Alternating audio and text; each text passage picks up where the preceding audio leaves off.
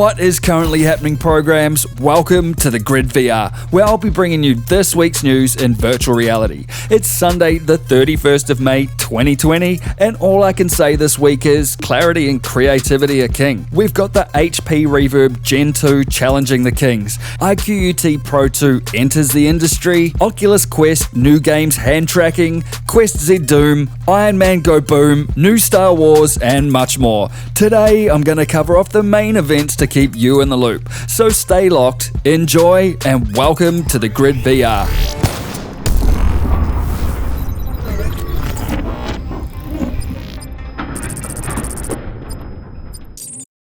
The HP Reverb Gen 2 headset specs and official pics are out, and it reads and looks very, very good. This is a Windows mixed reality headset with two 2160 by 2160 LCD panels, totaling a 4K resolution, which is 2.5 times the pixels of an Oculus Rift S. The LCDs are a revised panel from the first Reverb headset and provide better colors and contrast, reduced latency, and a higher level of brightness. They run at 90Hz refresh rate and are visible through a new lens designed by Valve, though these aren't the same lenses as the lenses in the Valve Index. The mirror effect, which is the consistency of the color and brightness of pixels which should be lit up the same way, has been improved from the Gen 1 Reverb headset, and the God rays are reported to be less visible than that of the Valve Index, and it has a physical IPD adjustment from 60 to 68mm, so you can adjust the spacing of the lenses to match your eyes and see a more focused image. The headset has the same built-in speakers as the Valve Index and a magnetic face gasket designed by Valve, though again it isn't the same as seen on the Valve Index, and it has two built-in microphones similar to what you see on the Reverb Gen 1. The controllers are redesigned WMR controllers that have thumbsticks and are closer in design to the Oculus Touch controllers. They will be sold separately as well and will be compatible with older WMR headsets. All this is tracked using 4 cameras that bolster the headset's inside-out tracking system, so you won't need any external sensors or lighthouses set up. And it's all crammed into a headset that weighs a face-friendly 1.2 pounds or 550 grams, including the cable, which comes in at a room-friendly 6 meters long, making the unit lighter than both the Oculus Quest and the Valve Index. The HP Reverb G2 will release later this year, and pre-orders are available now at $600 US, which is very competitive. All up, this will be the best WMR headset on the market, arguably the best sim racing VR headset on the market, and at this price, with these specs, this could be the VR headset to buy. I've put links in the description if you want to take a look for yourself, and you can stay locked here for updates. To mobile VR, the MOVA is a mobile VR headset being built by XRSpace, a company helmed by HTC co-founder Peter Chow, and the headset boasts some solid features. Firstly, it's powered by a Qualcomm 845 socket on a chip, which is the next generation up from an Oculus Quest. It supports 5G, LTE and Wi-Fi, has 6GB of RAM, where an Oculus Quest has 4GB, is claimed to be 20% lighter than most of what specifically I don't know, and has 6 degrees of freedom tracking. And while that all sounds like a good stack up versus the Oculus Quest, there are much more reasons not to get this headset over a Quest. Firstly, 5G is not widely supported yet or even accessible for most areas, nor will it be in the coming year or so. The MOVA also has a single head strap, and that rings alarm bells to me where the website says it will be super comfortable. It won't. There's only 2 cameras on the front for tracking, so the field of view is quite narrow, and it will have only a single controller, which is where the hand tracking feature comes in. Though with only 2 cameras on the front, your hands will have to be right in front of the headset. And the reason for the limited controller options is this headset is geared towards social VR through a metaverse called MOVA, which is locked to the headset. So your friends too will need to own this specific headset to use the MOVA social VR environments to hang out and VR. And on top of all of that, there's the price, which will be $599, $200 more expensive than the Oculus Quest. All in all, while some of the specs are cool, and 5G streaming could definitely be the future if rolled out adequately, when you look at the overall package and its real-world implications over the coming 24 months, I'm not convinced that there's any point to this headset, and with a $600 price tag, I don't get it. Over in China, iQIUI, the Chinese version of Netflix, has released the iQUT 2 Pro mobile VR headset. A 4K total resolution, 128GB, 6 degrees of freedom VR gaming focused headset built in partnership with HTC. And it's that partnership that brings to the table a few familiar features. First off, the iQUT 2 Pro features the same inside-out tracking and controllers as HTC's Vive Focus headset, which I covered in this episode of the Grid VR. And that headset and controller tracking is enabled by the 2 cameras on the front of the headset, which, if you've seen me talk about the Vive Focus before, can actually be quite shit when compared to something like the Oculus Quest and its 4 camera tracking system.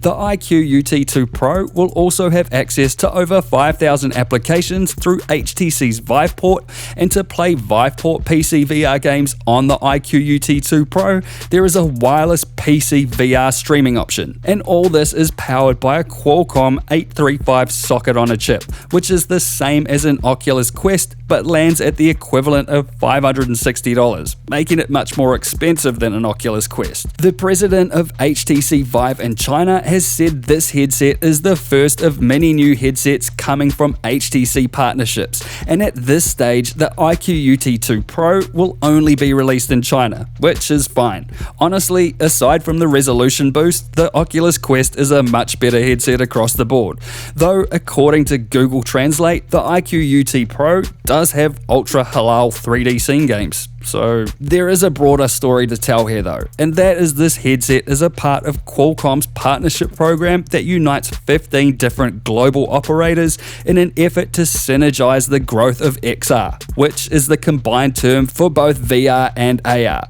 And while it's great to see a collaboration and roadmap of this scale in place, and smartphone-powered tethered or wireless glasses like the Nreal unit I covered in this episode of the Grid VR do make a lot of sense in terms of mass market adoption thanks to their ultra-compact form factors, we're talking 5 to 10 years minimum, and it's for more AR applications, not so much hardcore VR gaming. Either way, I'll keep you updated on all that as we go. And briefly, over to gaming, Oculus is bringing the Quest's experimental hand tracking system out of beta, making it an official feature of the VR headset, and it's starting to hit its stride as a string of new third-party games and apps with hand tracking are popping up.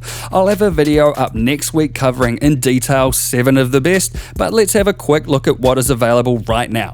Curious Tale of the Stolen Pets from Fast Travel Games lets you use your hands to help your grandfather solve the mystery of the stolen pets in this casual adventure puzzle game. Be guided by the narrative and embrace wonderful miniature worlds where wholesome is the theme and interactivity is the enabler. Solve simple and elegant puzzles full of interactive, colourful life, find the stolen pets, and wholeheartedly enjoy the wholesomeness. Plus, it's also on Steam without hand tracking if you don't own an Oculus Quest. The line from Arvor Immersive Experiences, who you may know from the exceptional Pixel Rip 1989 and Pixel Rip 1995, is a 15 to 20 minute interactive story about love and fear of change set within a scale model of 1940s Sao Paulo, Brazil. Use your hands for natural interaction and enjoy the best VR experience as voted at the 76th Venice International Film Festival last year. It's beautiful, authentic, absolutely worth a buy, and you can get it in a bundle with Gloomy Eyes. Gloomy Eyes from 3DAR, Atlas VR, and published by Art France is an entertaining single-player casual narrative trilogy narrated by Colin Farrell. Embrace the love story between a human girl and a zombie boy whose star-crossed love might be the last seed of hope in silencing the darkness and returning the dead to their graves. An emotional, nostalgic, and heartwarming story which premiered at the Sundance Film Festival in 2019, was awarded Best VR Experience at the Annecy International Animation Film Festival, and won the Jury Award for Storytelling at South by Southwest that same year. Gloomy Eyes Eyes is a Tim Burton-esque story built in diorama that you can behold in your hands. Elixir is a free hand-tracking demo from Magnopus and Facebook Reality Labs. The lead sorceress is seeking an apprentice and you are the perfect candidate for the job, provided you are perfectly terrible at everything. It's free to download and play from the Oculus Quest store, and though it's only around 10 minutes long, it's cute, crashy, and there's a job description in the link below. And Walter the Wizard Extended Edition from Eldon Dynamics, whose original VR title was released in 2016 and is still to this day one of the highest rated Steam VR games, now supports hand tracking. Combine arcane ingredients with the help of an ancient spirit trapped in a human skull, unleash creative or destructive wizardry upon a fully interactive virtual world, and feel the magic. Moving away from Oculus Quest hand tracking titles, ILMX Lab has announced a new Star Wars VR game called Galaxy's Edge, taking place between Star Wars The Last Jedi and Star Wars The Rise of Skywalker on the planet of Batuu.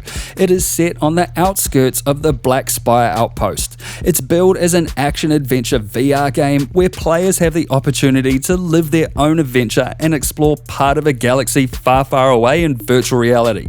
The original story will feature both new and iconic characters from the Star Wars universe, with multiple styles of gameplay and difficulty settings to accommodate a wide variety of players, from Star Wars fans to VR gamers alike.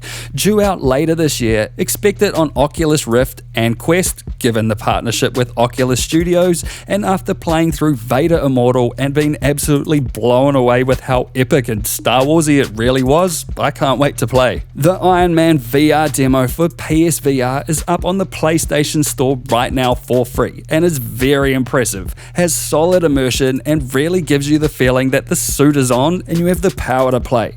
People are raving about this and the game has already gone gold before the release date, so you can bet your iron behind that you're in for a treat.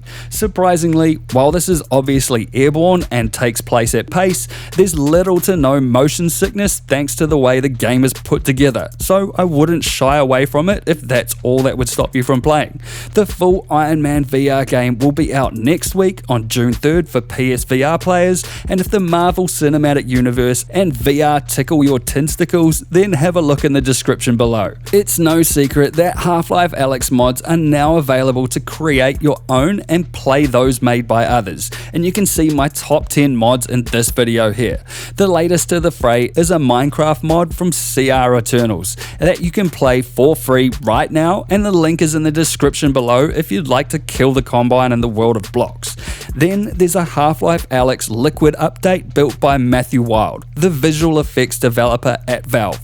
The update isn't a mod, you just need to update the game to the latest release on Steam, and proves that the devil really is in the subtle details. A small step for mankind, but a giant leap towards the fight against static liquid and virtual bottles. Seriously, try the update, it's literally worth booting up the game just to see it. And Quest Z Doom is an Oculus Quest mod that I covered in this episode of the Grid VR. It's out now and is hands down the best way to play classic Doom or its derivatives on any platform. The launcher includes Brutal Doom, Meat Grinder, Doom 64 Retribution, Brutal Wolfenstein, Brutal Checks, Duke 3D Doom conversion, Hacks Twitch and Kill, 7 different VR weapons, 4 HD texture packs, 12 of the best community created map packs, Heretic, Hexen, and Strife. Holy shit, if you own a Quest like classic FPS and you're not trying this out, then don't talk to me. Seriously, insanely good, and a link is in the description below to the free download. Also, Boz, the VP of VR and AR at Facebook, has shown a mixed reality concept that builds on existing technologies like pass-through to allow people to switch between real and virtual worlds. This is real footage using prototype headsets and will definitely come in handy through the future. Oculus have released their mixed reality capture tool version 4.0.1, which lets you record and share your in-game exploits on Oculus Quest and Rift, enabling more engaging, shareable content on platforms like YouTube. Ronnie Abovitz, the CEO of Magic Leap, has stood down in an effort to hire someone that can further commercialize the project to enterprise partnerships. The Magic Leap project raised over $2 billion in funding, but had somewhat of a lackluster release, and this is probably a smart next step. And a group of engineers engineers are working on a virtual reality demo for Mars and plan to open source plans for an entire Mars colony. This looks exciting even in its early testing phases, and if you want to find out more about that one or any of the other topics I covered today, as always, all the links are in the description. And finally, Fruxius has posted an update to Neos VR which demonstrates lip tracking for realistic conversation in social VR applications. And that's this week on the Grid VR. You can help support by grabbing exclusive rewards on Patreon, and if you like this video, then crush that like button, have your say in the and hit the XO logo to subscribe if you wanna. I'll see you in the next one.